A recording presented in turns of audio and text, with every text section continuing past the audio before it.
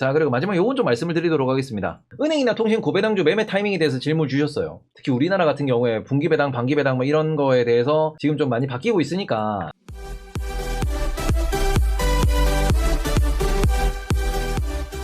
고배당주를 언제 사고 파는 게 좋냐라는 질문을 주셨는데 요거는 좀 명확하게 우리가 정리를 좀 해놓읍시다. 보시면은 우리가 배당 투자라는 점에서 1번은 뭐냐 그러면은 배당 투자는 저점 매수를 할 수 있다라는 장점이 있어요. 저점 매수. 왜냐면은 배당이라는 측면은 결국 이거는 우리가 이자처럼 볼 수 있는 거고 안전하게 우리가 받을 수 있다라는 뭐 측면에서 비교적 안전한 안전 마진이라는 이야기도 볼 수 있습니다. 그지? 특히 이게 미국 기준이나 아니면 우리나라에서 고배당을 꾸준히 주는 은행 통신 같은 경우에는 얘네들은 성장보다 배당을 많이 중시하는 기업들이고요. 이러면 뭡니까? 당연히 사람들은 배당 기대감으로 투자를 한다라는 점, 물려도 배당을 받을 수 있다라는 이 부분에서 저점을 찾기가 좀 더 편해요. 그럼 이 부분에서 저점 매수는 언제 하면 되는가? 그러면은 이거는 소위 말해 내가 살 게 없을 때, 그리고는 모아갈 때 계속해서 모으시는 거예요. 그러고 난 뒤에 이거를 매매 타이밍이라고 그랬어요. 원래 우리나라는 연말 배당이고 지금도 연말 배당이 제일 많습니다. 우리나라 지금 분기 배당 해봐야 20개 기업밖에 안 돼요. 대부분이 연말 배당입니다. 그러니까 우리나라가 연말 배당이 많기 때문에 배당 투자는 할 필요가 없다라고 이야기를 하는 부분이 많이 나오는 이유도 이거죠. 왜? 미국은 월말 배당, 분기 배당, 그러니까 분기 기준의 70%가 분기 배당을 하고요. 월 배당까지 하면은 한 80% 됩니다. 75%에서 80% 정도. 그리고 이걸 반기 배당까지 하면은 거의 90%가 넘게가 연애에 2번 이상 배당을 준다는 소리거든요. 그러니까 미국 기준에서 보시면은 당연하게 한 분기 실적이 나올 때마다 우리 분기에 얼마 벌었으니까 얼마를 돌려드리겠습니다라고 이야기를 하는 게 당연한 건데 우리나라는 그게 아니지. 연말까지 얼마 벌었으니까 연말에 얼마 배당을 드릴게라고 이렇게 이야기를 하는 거고 이 부분에 있어서 우리나라는 배당을 지급하게 되면은 주가가 여기서 배당한 만큼 떨어져요. 매년 이게 반복되지. 그래서 우리나라가 횡보하는 기본적인 이유 중에 하나가 이겁니다. 배당까지 다 따지면은 우리나라는 우상향합니다. 계속 이걸 배당 재투자를 했다 그러면 우리나라 코스피도 우상향을 해. 다만 우리 눈에 그게 안 보이는 이유는 배당락이 계속 보이니까. 근데 이런 부분을 놓고 보실 때 우리가 저점 매수를 한다라는 이 부분에서 그러면은 반대로 떨어졌을 때 요 부분, 떨어졌을 때 요 부분, 이 더 떨어졌다가도 올라오는 이 부분들이 존재할 거 아니야. 왜? 배당에 대한 기대감으로 바닥을 형성하고 올라가는 부분들이 존재하니까 이래서 저점을 계산하기가 쉽다라고 하는 거고 그래서 이 부분에서 계속 이제 저점을 어떻게 찾느냐 배당을 역산하는 겁니다. 그리고 배당을 역산할 때는 뭘로 역산할 수 있냐? 글로벌 평균을 잡으면 돼요. 그러니까 보통 이렇게 보면 돼요. 코카콜라 배당 얼만데? 배당 3%. 자사주소가 얼만데? 한 2에서 3%. 그러면 이게 얼마? 5에서 6%가 주주환원율이 되는 거예요. 총 주주환원율 5에서 6%. 근데 보면은 은행 예금이자가 3에서 4% 나옵니다. 그러니까 이 부분에 있어가지고 주식 같은 경우 특히 배당주 같은 경우에는 5에서 6%를 바닥으로 잡는다. 왜? 얘들이 원금이 깎일 수 있으니까. 이 리스크 때문에 이 리스크 프리미엄으로 주가는 오히려 더 밑에서 거래가 되는 거죠. 경기가 안 좋으면 박살날 수도 있는 거고 실적이 안 좋으면 박살날 수도 있는 거고 갑자기 배당이 줄어들 수도 있는 거고 실적이 안 좋아서 그런 부분에서 배당 5에서 6% 정도를 고배당주의 바닥으로 많이 따집니다. 그리고는 이런 부분에서 그럼 배당 5에서 6%를 바닥으로 따진대. 그러면은 매매를 어떻게 할 거냐라는 건데 반대로 그러면은 왜 연말 되면은 고배당주가 올라갈까라는 거죠. 연말에 연말에 배당 투자가 상승하는 이유는 무엇이냐라는 건데 정말 단순하게 12월 28일 날 내가 고배당주를 보유한다 그러면은 얼마 배당이 들어옵니까? 5에서 6% 배당이 들어온대. 그럼 내가 1월부터 투자해서 12월까지 보유한다 그러면은 5에서 6%가 얼마예요? 1년당 5에서 6%를 내가 배당으로 이자로 지급받는 거지만 이걸 내가 7월에 들어갔다고 합시다. 그럼 어떻게 돼요? 1년당 내가 기대할 수 있는 수익률은 5에서 6%가 아니고 10에서 12%가 되지. 왜? 6개월만 보유했으니까. 근데 이 부분에서 내가 이거를 그러니까 7월이 아니고 언제? 내가 만약에 10월에 들어갔어. 10월, 11월, 12월 3달 보유했다 그러면은 요거 곱하기 4죠. 얼마? 20에서 24%의 1년 수익률이 나옵니다. 3개월 내가 보유하고 5에서 6%를 먹는 거니까 1년으로 따지면 이렇게 되는 거거든요. 그러니까 연말 되면은 특히 우리나라의 연말만 되면은 찬바람 불면은 배당 투자를 해야 된다라고 이야기하는 이유가 이거거든요. 그 실제로 연말 되면은 고배당주가 바닥에서 놀다가 가을 되면 올라가요. 그러면 배당락으로 욱 떨어져. 요거 연말 되면 뚝 떨어져요. 그리고 이 반등 포인트가 정말 애매하게도 어느 정도 나오냐 그러면은 한 15에서 20% 나옵니다. 반등 폭이 이게. 이 반등폭이 15에서 20%가 나오는 이유는 뭐냐 그러면은 올라가다가도 나 이거 보고 들어왔는데 이만큼 올라가면 그 전에 파는 거지. 왜? 배당 받으면은 뭐가 나가요? 배당을 받으면은 세금이 나갑니다. 근데 배당을 안 받고 그냥 차익 실현을 하잖아요. 차익 실현을 하면은 세금이 없어요. 그러니까 여름쯤 8월 9월에 배당주 샀다가 한 15% 20% 올라 팔아. 그 정도는 팔아 그냥. 그럼 세금 안 내잖아. 거래세만 내면 되잖아. 배당은 몇백만 원 몇천만 원 받으면은 그때부터 이제 뭐 세금 나오고 뭐 신고 당하고 뭐 이렇게 막 막 소리 날라고 이런단 말이지. 그러니까 이 부분에 있어가지고 어찌 보면은 투자하실 때 내가 언제 사서 언제 접근하는 것, 언제 사서 언제 접근하냐가 되게 중요한 포인트거든요. 근데 지금 이게 연말 배당일 때 이슈였어. 지금은 어떻게 됩니까? 애들이 분기 배당으로 바뀌고 있죠. 분기 배당으로 바뀐다라고 하면은 이건 좀 다른 소리가 되는 거예요. 분기 배당은 말 그대로 3개월마다 떨어지고 3개월마다 떨어지고 3개월마다 떨어지고 3개월마다 떨어져. 이게 연말 배당이었으면은 이거였거든. 이게 연 1회 배당이었으면은 이제 연 4회 배당으로 바뀌면요. 특히 뭐 은행, 통신 연 4회 배당으로 바뀝니다. 그럼 이제 뭐예요? 주가가 되게 안정적으로 바뀌어요. 그리고 주가가 안정적으로 바뀐다 그러면은 이제는 이거를 기대하기 어려워졌지. 찬바람 불면 고배당 주다. 이것도 이제 말이 틀렸어요. 그러면은 지금 고배당 주는 앞으로는 어떤 식으로 투자하셔야 되냐 그러면은 고배당 주는 결국에는 정말 단순해집니다. 작은 박스 매매예요. 그럼 얘는 적립식으로 계속 봅니다. 그러고 난 뒤에 호재가 터져서 이슈가 있어서 올라가잖아. 그럼 뭐예요? 올라갔을 때 내가 다시 한번 계산기를 두드리는 거죠. 무엇? 기본적으로 은행이나 통신 같은 경우에는 인플레이션에 아주 민감한 애들이 될 수밖에 없어요. 왜 인플레이션에 민감해지냐? 우리 통신요금 계속 오릅니다. 월급 계속 오릅니다. 통신요금은 세대가 바뀔 때마다 오르고요. 알게 모르게 LTE가 처음 나왔을 때 대비 5G가 나오기 직전 LTE 요금이 조금씩 올랐거든요. 그러니까 이런 부분에서 결국 은행도 마찬가지, 통신도 마찬가지. 결국 인플레이션이라는 거는 돈의 가치가 떨어지는 거고, 돈의 가치가 떨어지는 만큼 요금의 가치가 올라갑니다. 혹은 얘네들이 그동안 쌓아놨던 돈으로 재투자를 통해 가지고 기업에 아주 그 미약하지만 성장이 있어요. 실적은 계속 잘 나오잖아. 성장이 된 만큼 뭐 연평균 5%, 7%, 8%, 10% 성장한 만큼 배당도 올라가죠. 그러면은 배당금이 요렇게 올라가는 만큼 주가도 천천히 올라갈 거예요. 물론 이렇게 올라가냐? 아니지. 지수가 좋고 환율이 좋으면 많이 올라가고, 지수가 안 좋고 환율이 안 좋으면 많이 떨어지고, 그리고 또 지수가 좋고 환율이 좋으면 많이 올라가고, 지수가 안 좋고 환율이 안 좋으면 많이 떨어질 거예요. 이 부분에서 뭐가 그려집니까? 파도들이 그려지는 거지. 적립식 매수를 하되 경기가 좋다, 지수가 좋다, 과열이 됐다 하면은 여기서 매도를 때리는 거고요. 이게 쭉쭉쭉 올라갈 때,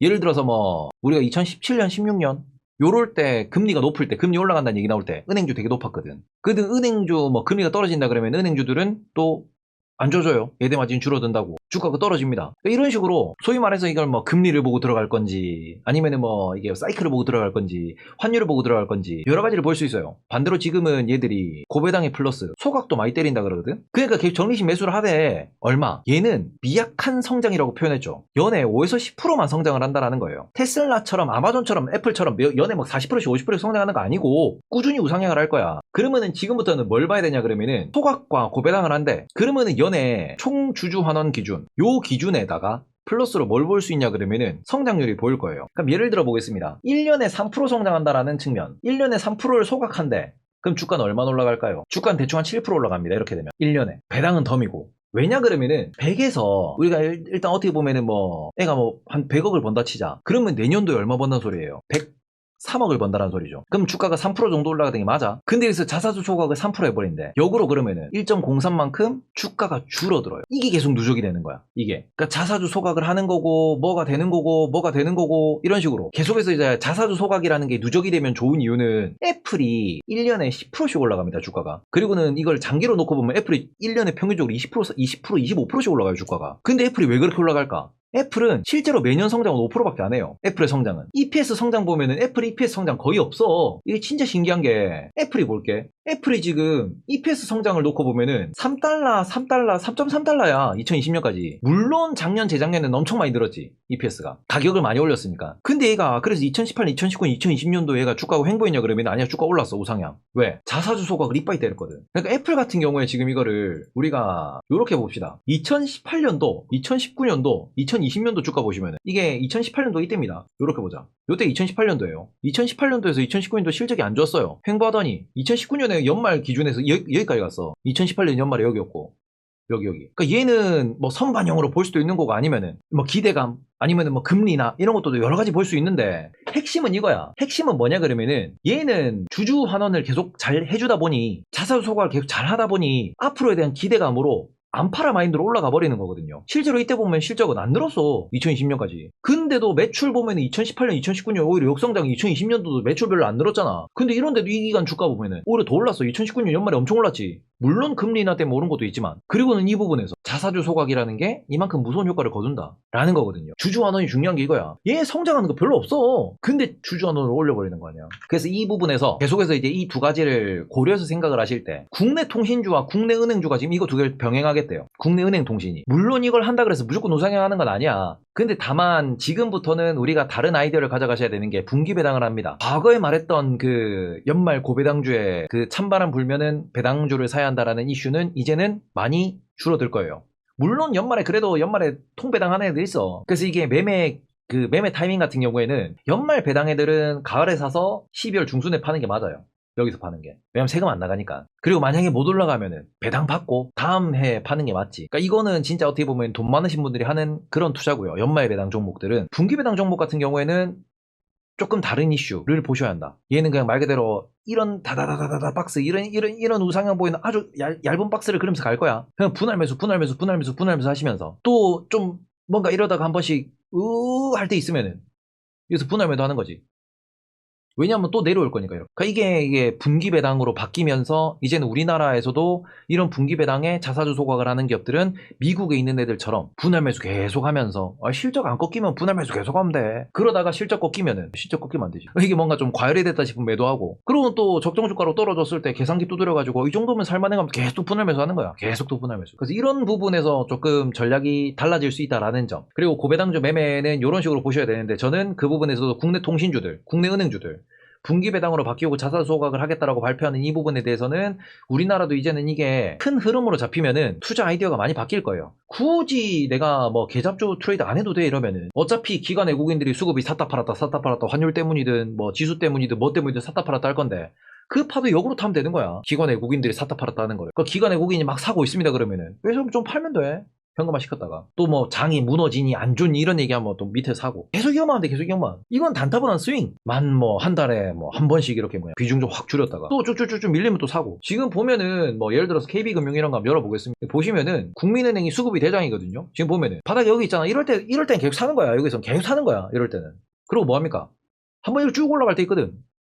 이럴 때 파는 거예요. 예를 들어 지금 뭐 120주선 잡아놓고 야 5만원 넘어가면 팔아야지 하고 계속 사는 거야. 매일 한 주씩 두 주씩 매일 사는 거야. 5만원 넘으면은 반 털어. 이런 식으로. 이 월봉 기준으로 보더라도 지금 5만원 좀 넘어가가지고 뭐 5만 5천원? 5만원에 반 털고 5만 5천원 다 털어. 5만 5천원 넘어가면 그러면은 뭐 배당에 자사주 소각 따져도 4% 나오네. 그럼 예금이 더 낫네. 그럼 다 털어. 다시 또 떨어져서 5% 6% 나오면은 계속 사. 매일 사. 그러고 넘어가잖아. 그럼 또 반 털어. 이런 식으로. 그러니까 얘네들은 보수적으로 천천히만 접근하시고 그냥 뭐 나는 그냥 매일 산다 느낌에다가 좀 많이 오르면 팔고요.